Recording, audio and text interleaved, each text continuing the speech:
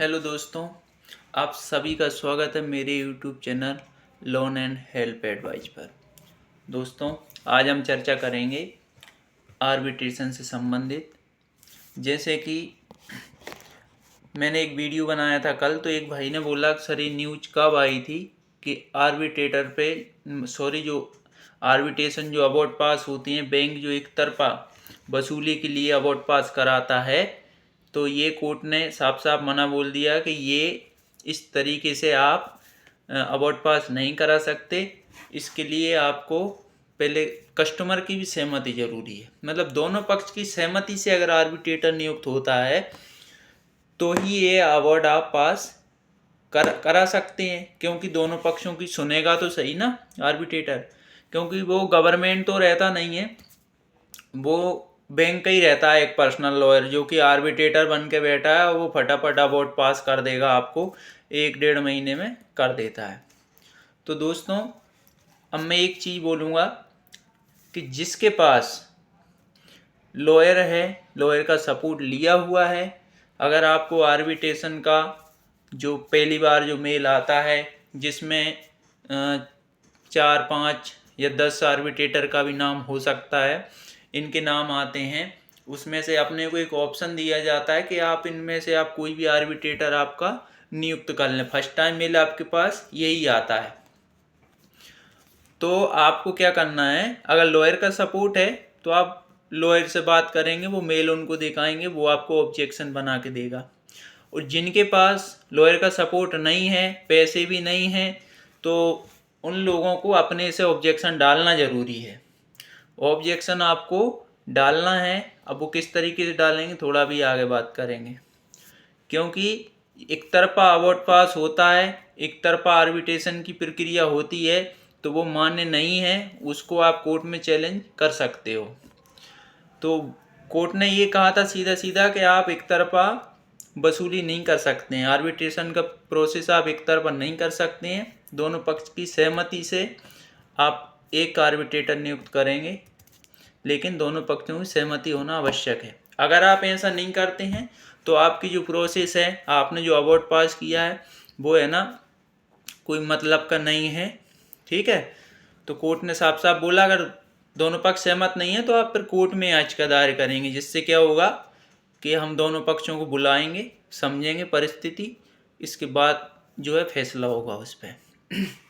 तो अब आर्बिट्रेशन का आपको ऑब्जेक्शन, अगर लॉयर का आपके पास सपोर्ट नहीं है तो आप कैसे डालेंगे। पहले तो आप सीधा सीधा लिखेंगे कि मैं कोई भी आर्बिट्रेटर इन मतलब जो आर्बिट्रेटर लिस्ट आई है कि मैं इन सभी में से कोई भी आर्बिट्रेटर नियुक्त नहीं कर रहा हूँ अपनी तरफ से। मैं आर्बिट्रेटर नहीं चाहता हूँ। ठीक है, मेरे पास पैसे नहीं हैं, ना तो मैं आर्बिट्रेटर का एक्सपेंस उठा सकता हूँ, ना ही मेरे पास किराए के पैसे हैं। मेरी परिस्थिति बिगड़ी हुई है। कोई भी अगर हेल्थ इश्यूज़, मेडिकल इश्यूज़ अगर रहे हों तो आप वो भी रिपोर्ट आपकी सबमिट करेंगे साथ में।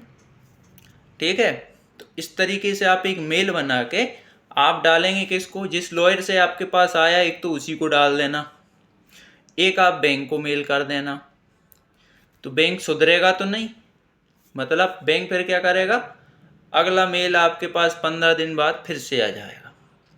उसमें अभी आपको जो 5-7 आर्बिट्रेटर के, जो 16 आर्बिट्रेटर के नाम दिए थे, लिस्ट दी थी, उसमें से एक सिलेक्ट करना था। तो क्या होगा, वो खुद ही एक ऑटोमेटिक सिलेक्ट कर लेते हैं, कर लेंगे और आगे की प्रोसेस चलती रहेगी उनकी, है ना। तो आपको जब दूसरा मेल आएगा तब आप उसमें फिर वो मेंशन करेंगे, बाकायदा डेट के साथ मेंशन कर देना, पुराना मेल देखना, उसमें आपको सीधा वो मेल देख के उसकी डेट के साथ आप मेंशन करेंगे कि मैंने पहले ही बता दिया है कि इस डेट को मैंने मेल डाला हुआ है कि मैं कोई भी आर्बिट्रेटर अपनी तरफ से नियुक्त नहीं कर रहा हूँ।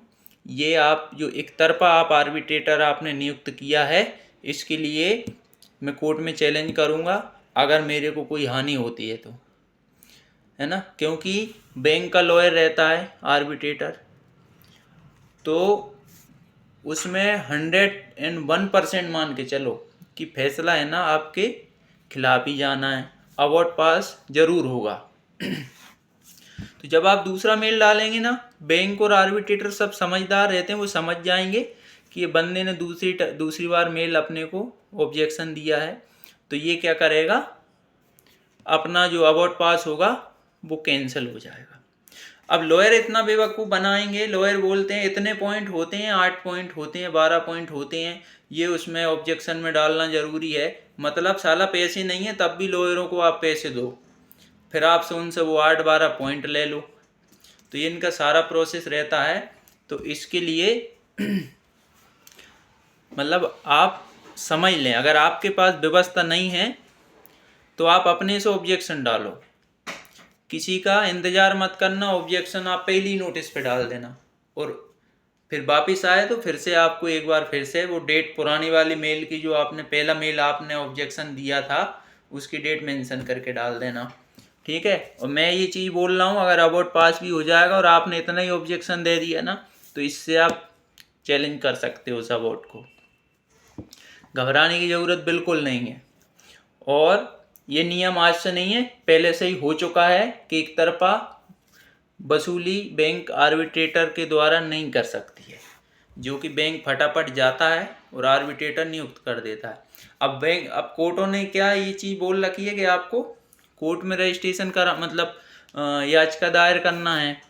अगर आप एक तरफा आर्बिट्रेटर नियुक्त करते हो तो वो तो मान्य होगा नहीं, तो आपको कोर्ट की सहायता लेना है। तो कोर्ट की सहायता वो क्यों नहीं लेंगे, क्योंकि वहाँ उनको कुछ चार्ज जमा करना पड़ता है, तो बैंक केस करने भी नहीं जाएगी, ठीक है ना। अब आपको घबराने की ज़रूरत बिल्कुल भी नहीं है, और ऑब्जेक्शन अपने से फाइल करो, और लॉयर की हेल्प है तो आप लॉयर से कराओ, मैं इसके लिए मना नहीं कर रहा हूँ, बस इतना कह रहा हूँ जिनके पास लॉयर नहीं है वो अपने से ऑब्जेक्शन डालेंगे, और थोड़ा और कुछ अपन जो है समझा देंगे, जैसा भी रहेगा आप मेरी हेल्प ले सकते हो। तो आप मेरे को व्हाट्सएप पे मैसेज करना कि सर ऑब्जेक्शन डालेंगे तो किस तरीके से डालें, थोड़ी सी मैं आपको हिंट दे दूँगा, ठीक है दोस्तों। और वीडियो अच्छा लगे तो लाइक एंड सब्सक्राइब ज़रूर करें, और आगे भी कुछ आपको अच्छा वीडियो मिलता रहेगा।